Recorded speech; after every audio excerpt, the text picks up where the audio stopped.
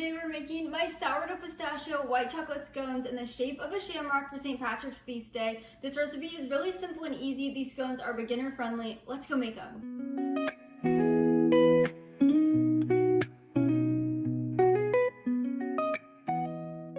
So before we get started, you'll want to preheat your oven to 400 degrees Fahrenheit and then line a baking sheet pan with parchment paper.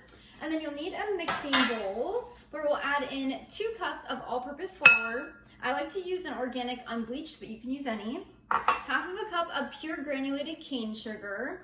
You could also use regular sugar that's granulated, but the cane sugar is a much better, more wholesome option. 3/4 of a teaspoon of sea salt.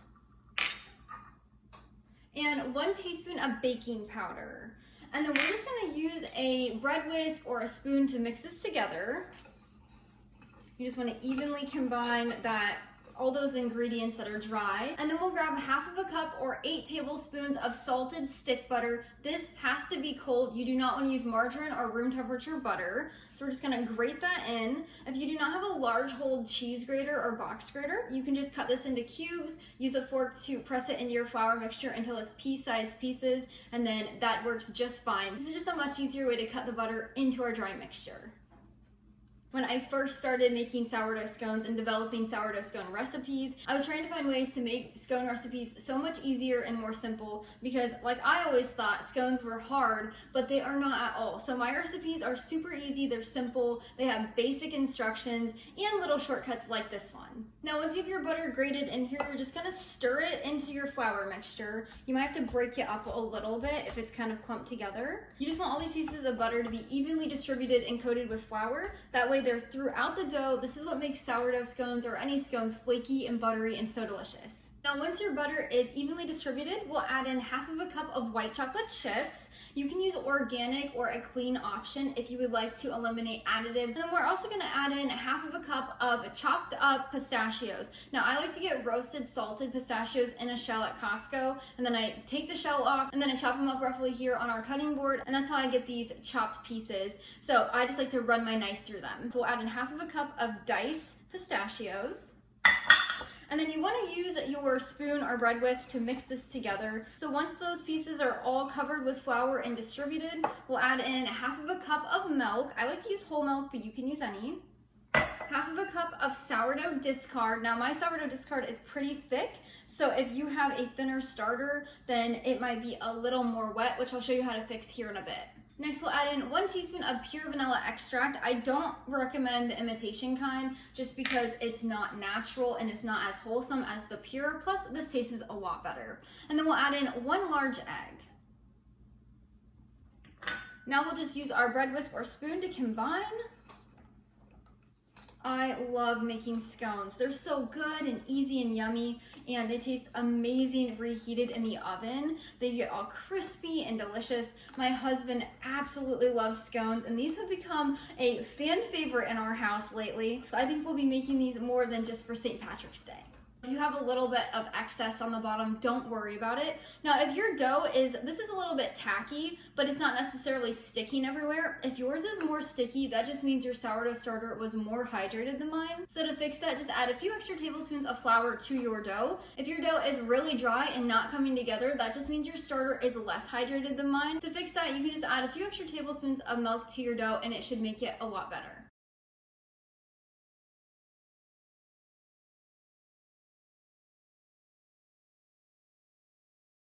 Now to continue this recipe, you'll want to just dust your workspace with flour lightly. So we're just going to put our dough out onto the counter. Now I do have a little bit of excess here. I'm just gonna pop that in there too.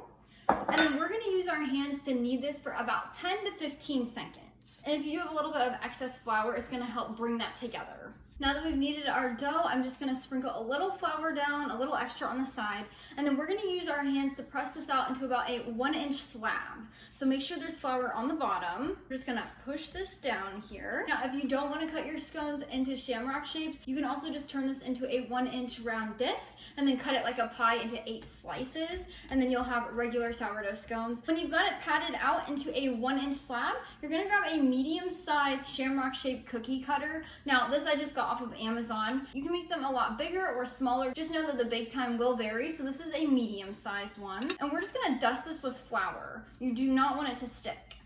I also like to do a light dusting of flour over the scones. That way it helps them not stick as well. This dough is a little bit sticky, but nothing terrible, and that's exactly what you want. So once you have everything ready to go, we're just going to cut our scones out.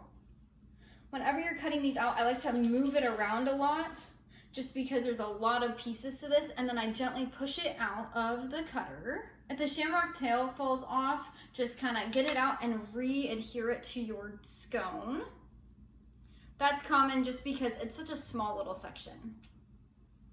And there you have a shamrock-shaped scone. So we're gonna place this on our parchment-lined sheet pan. You wanna make sure they're not touching when they're on here. That way when they're baking, they don't kind of come together and form into a big blob. And then we're just gonna keep cutting them out. As you go, if your cutter is starting to stick, make sure you dust it with a little more flour. Now once you've cut out as much as you can, we'll bring our dough back together, and then we're just gonna push it into a bowl. Use a little bit of flour if needed. And then again, we're going to just add some flour on the bottom and push this down with our hands into a 1-inch slab. And then we'll just keep cutting them out. You can repeat this as many times as needed until your scone dough is completely used up. I thought it was really cool. Last year I learned that the shamrock shape is actually something that St. Patrick used to symbolize the Holy Trinity. So Father, Son, Holy Spirit, and that is how he shared his Christian faith. And this is a symbol of our Christian faith, which I thought is really awesome. I just learned that last year, and ever since I've just loved that the shamrock shape represents that. And we're looking for about 8 scones. That's as many as you should get out of this. If some of the scones come out of the cutter a little odd, you can either put the dough back and re-pat it down, or you can kind of shape it with your fingers. Now for the last little bit of dough, you should have 7 cut out. For this last bit, it's really not enough to pat out and cut out. So what I like to do, I like to grab my cookie cutter and really coat it in flour. And then I like to take the dough and I like to push it down into it.